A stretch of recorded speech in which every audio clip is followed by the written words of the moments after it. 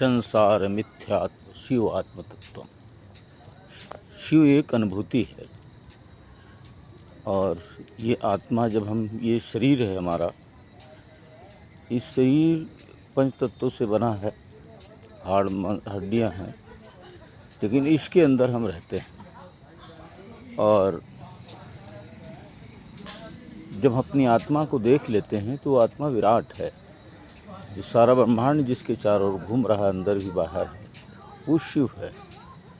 कई बार हम जब अब इस समय अनुभूति करते हैं भगवान शिव की कि हमारी आत्मा स्वयं नारायण है और संकट में है इस संसार में, क्योंकि अपार संसार समुद्र मध्य मुरारी पादाम्बुजनी दीर्घ नौका।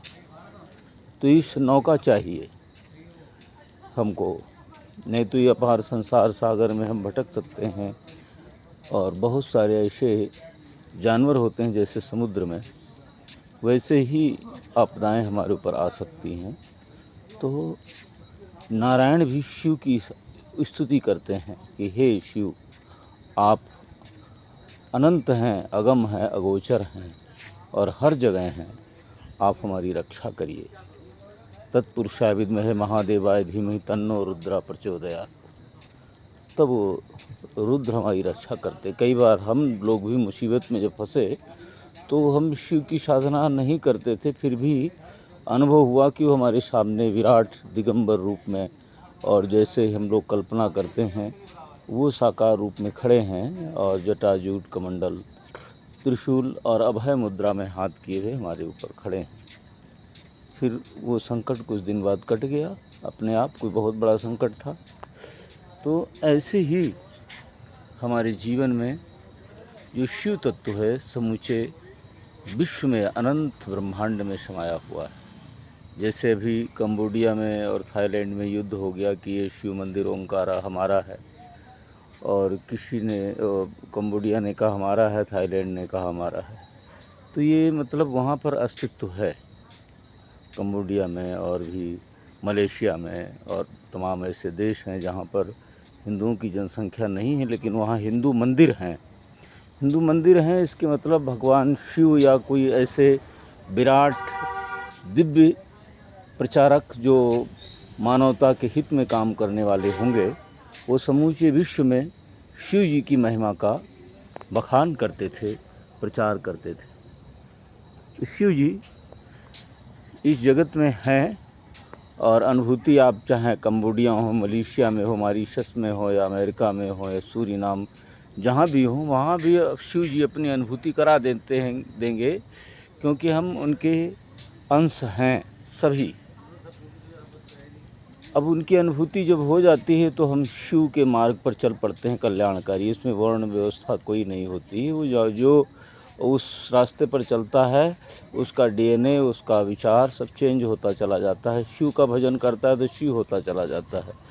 तो शिव का यजन करते करते शिव बन जाता है, और उसके अंदर शिव की शक्तियाँ, डीएनए आ जाता है, और उसके गुण दोष परिवर्तित होने लगते हैं, और दोष हट जाते हैं तो स्वयं शिवत्व को प्राप्त करके आत्मबल, धैर्य, शांति, पवित्रता सब उसके अंदर आ जाती है, और वो फिर लोक कल्याणकारी हो जाता है। ऐसे ही लोग लोक कल्याण में समूचे दुनिया में गए होंगे। जैसे बौद्ध धर्म का विस्तार हुआ, संघमित्रा और महेंद्र ने किया, और भी बहुत सारे विद्वान लोग हमारे ही देश के थे, वो अनुप्राणित हो गए बौद्ध धर्म से, समूचे विश्व में फैल गया। ऐसे ही एक समय रहा होगा जब शिव स्वयं ही अनुभूति कराते होंगे अपने भक्तों को, और जब उनके अंदर वैराग्य जागृत होता होगा तो समूचे दुनिया में फैलकर शिवत्व का प्रचार करते होंगे। ऐसा अनुमान है और प्रमाण भी मिलते हैं। तो इसलिए इसको किसी की सीमाओं में नहीं बांधा जा सकता, लेकिन कुछ लोगों ने सीमाओं में बांधने की कोशिश की तो नुकसान हुआ, क्योंकि ये धर्म जो होता है ये सबका है। जो भी इसका अनुपालन करेगा, जो इसको धारण करेगा, वो उसका धर्म है। किसी को कोई नाम लिखा दे, पट्टा लिखा दे कि नहीं हमारा है, ऐसा नहीं है। तो ऐसा होना भी नहीं चाहिए। ऐसा होने से हमारे देश का, हमारी संस्कृति का नुकसान है। हम तो चाहते हैं हमारी संस्कृति को सब लोग अपनाएं, सब शिवत्व को धारण करें और अच्छे बने, और समूचे दुनिया में मानवता का विस्तार हो और एक विश्व राष्ट्र बन जाए। और ये जो मार काट लड़ाई झगड़े हो रहे हैं वो ख़त्म हो। और जब आर्थिक आदान प्रदान होगा तो गरीबी भी नहीं मिटेगी। जहाँ जनसंख्या कम है वहाँ लोग जाएंगे रहेंगे। तो ऐसी परिकल्पना है हमारी और ऐसा होगा भी भविष्य में, क्योंकि वो जब दैवी शक्तियाँ हैं वो सूक्ष्म शरीर से और स्थूल शरीर में भी जन्म लेकर के सब प्रचार प्रसार कर रही हैं, वातावरण बना रही हैं। हमें दिखाई पड़ता है, इसमें हो सकता है 10-20 साल और लग जाए, लेकिन एक समय आएगा जो विश्व मानवता एकता के सूत्र में बंधेगी और सब लोग जो है धरती पर सुख शांति समृद्धि की कामना करेंगे सबके लिए।